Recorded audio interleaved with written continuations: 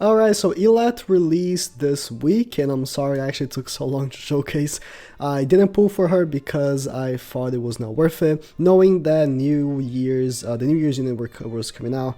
We're having, if you don't know, a new DM Meliodas, Elizabeth, Jericho, and Ascanor coming out, so spending gems on that banner just wasn't wise, so I didn't pull for her, but I got a few friend ones. I just want to check her out, and before that, we'll check out what she does. Usually I do it at the end of the video, but I thought it would be better if I did it at the beginning. And usually I also do ELLATTE, so the screen is a little bit bigger, but this time I'm actually doing it on my phone just because I like to mix it up. So ELLATTE, she's the fake Elizabeth from Universe 6. If you don't watch Dragon Ball, you will not get that reference, but her first attack apply detonates, so increases damage for each of target's ultimate gauge, which is very important to note. That can be a very good ability against bosses on raids, because what would it be? No, because the first few like things they will not get alt gauge, but that's pretty good for training cave, because bosses on training cave usually have like 5 alt gauge in the first turn, so that's pretty good. And then also is good for the super boss Merlin, of course. Super boss Merlin is currently active. She is kind of in a made for it, kind of. I'll explain my kind of in a second. But it pretty much is. So detonate 160, 240, 400. Okay multipliers. I was gonna say defense. It's okay multipliers, but because of the extra 15%, it's kind of like what makes it better. Because if the enemy has extra 5 alt gauge, then that's an extra what 75% with the attack. So that's like 475% in case the enemy has actually full alt gauge. And then her passive, for each skill used by this unit, increase the crit damage of all allies by 5%, stacked by 10 times. So in a longer fight, like Super Boss Merlin for example, the crit damage of her units will increase by 50% pretty much every time, which is good. Again, if you're using other characters that have a good crit chance, it's really good. And moving on to her second attack, sorry I had to make a cut. She inflicts 180 to a single, reduces the crit resistance and crit defense. So crit resistance, if I mix both of them up, I'm sorry what they do, but crit resistance, she reduces the percentage, the crit chance of the enemy. So if the enemy has like 50% crit chance, she's gonna reduce that by 50% when targeting her. So if the enemy has 50%, she has a resistance of 50, so she will never be crit.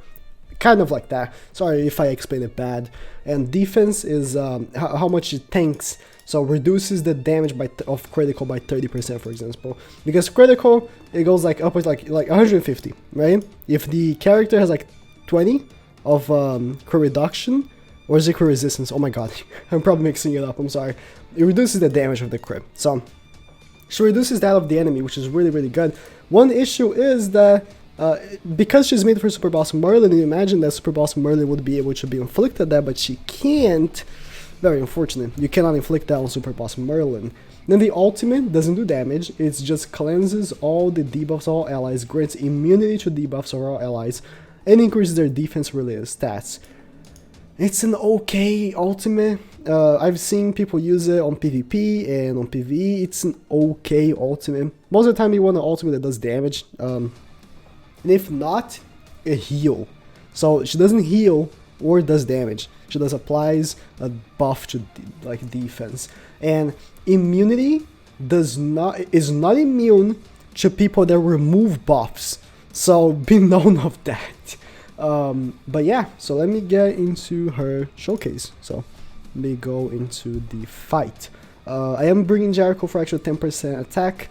Gopher, you're going to be boosting the cards. Lilia increases penetration and an attack card, attack food as well. So let's get into the boss fight. Oh, the size doesn't seem like it's proper. I've not really been using my phone to record recently. I think if I move up a little bit, yeah, this should be perfect right here now. And that means that the volume of the game could be loud. Is the music turned on? It's not. Good. Okay. So let me stall for one turn right here. I want to get an extra card for ELLATTE, just so I want the enemy to actually get some alt gauge, which is very counterproductive that I actually took him off. That was that was stupid. Okay, I was about to say that was a bad draw, but I did get go for did get another go for boost up. Okay, so I do want. Oh, go for got sealed. It's fine. Let me do this actually. Maybe I can get another ELLATTE card, and then let me move ELLATTE's thing right here. Okay, good. Need to heal. Oh, that ult is gonna be spent like taking a place right now. That's a very unlucky. That's a very unlucky thing that she already got the ultimate. I'll be fine. I'll be fine. Ooh, she already got the. Oh. You know what? I'm gonna do level 1, and that's a good showing of her level 1 attack. So how much damage is she doing? Type advantage. And let me seal their attacks. Oh, even better. Okay, we're gonna do this, this, and then seal their attacks. She should be dead. 31k right there. 52k with a level 1. Because I got those crits, huh? Reduce the crit resistance, reduce the crit endurance. That's pretty good damage for a level 1. Doing that is gonna become a level 2. And then... let me see it again. Let me do a level 2 in this guy. No reducing of crit resistance then, and 0 ult gauge. So that's a good showing of the lowest point. But it's level 2 though. 46k, no crit. She does do good damage. I imagine against the super boss Merlin, she must do some crazy damage. Okay, type neutral now with full ult gauge and the what's it called? And the level 2. 46k, got a crit right there. And every turn that she attacks, of course, she increases her own crit damage as well as the allies by 5%. That's also really good. Okay, let me do her ult. Let me actually see the ult animation. I think I've only seen it once. I think it's this one, yeah. I think I've only seen it once. And then let me attack you, type neutral. And cancel turn. Oh yeah, is this the one? Oh yeah, I remember how it looks. It's pretty cool. She could have totally been an attack unit, like an attack ult. 20k type neutral. It was level 1. Oh, I wish I got a Gopher card. The defense is good, but here's the thing with defense in this game, right? Defense is not the only attack. Oh, I'm stupid. I was gonna say defense is not that great because a lot of the tanking relies on your endurance, but she also boosts endurance. So 61k, she got a crit right there. She also actually boosts endurance. So I was gonna say something stupid. All right, let me just get this one more time and kill this guy right here. So she's doing quite fine actually. I think she's a very solid general PvE unit. And one that is like gonna be very good for like difficult green fights, long green fights, because then she's gonna be keep boosting the enemy. Oh, that's a good ending screen. Oh, she's gonna keep boosting the allies' crit damage all the time. All right, let me get another ELLATTE and do it again. All right, so I got an extra beef here from my boy Birdo right here. And I also put my best companion, which is Ascanor. My 6-6 Ascanor, also using my best gear. I want to check the best thing possible, okay? I want to do the best case scenario. Let me see if I get a little bit lucky and do a level 3 this time, because I couldn't do a level 3 last time. Alright, perfect. Okay, so I'm not going to do it right now, but I'll prepare it for next turn. And I'll do just a regular normal attack with Gopher.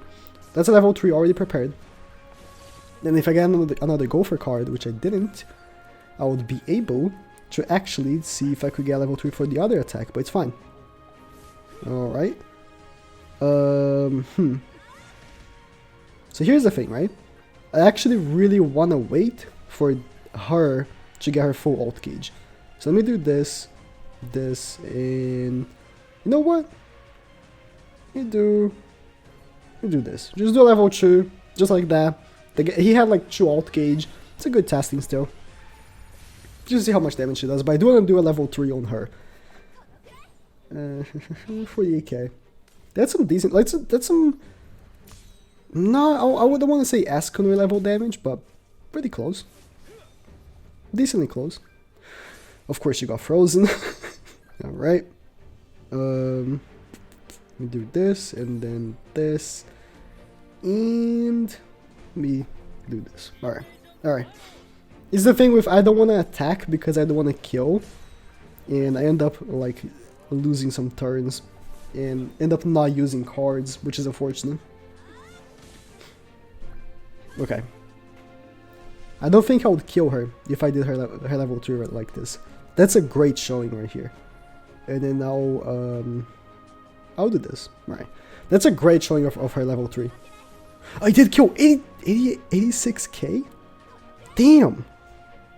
91k type neutral. No crit. And he didn't even have full ult gauge. That was 86k right there. No extra... I mean, I guess... Do I have any extra attack boost? I guess I do have Jericho. That's it. Let me do this, and go for his ultimate. I think I'm good. She's a pretty good PvE unit. But the crit thing, right? Reducing crit endurance and crit resist, whatever the terms are. It's gonna increase your chance of critical hitting and your damage on crits, which is very, very fluctuating. Like, it's very difficult to tell by doing a showcase if it's actually working, right? It's the thing. You have to do that on like day-to-day playtime. You can't just play with her like twice and just really check out how it will work. Oh, he has a different costume than the other one? Oh, it's the same. She has an amazing ending card, by the way. Really, really good. It's something they really have to test her to see how much it functions, but just by using her, I can tell that she's a really solid PvE unit. The thing is that a lot of units are solid, so I don't know if I would spend my resources on her. I would say I would, if I had her right now and I had the option to get her to 80, I wouldn't, because I want to see how good Escanor is and Demon Meliodas is before I have that decision. So yeah, thank you guys for watching.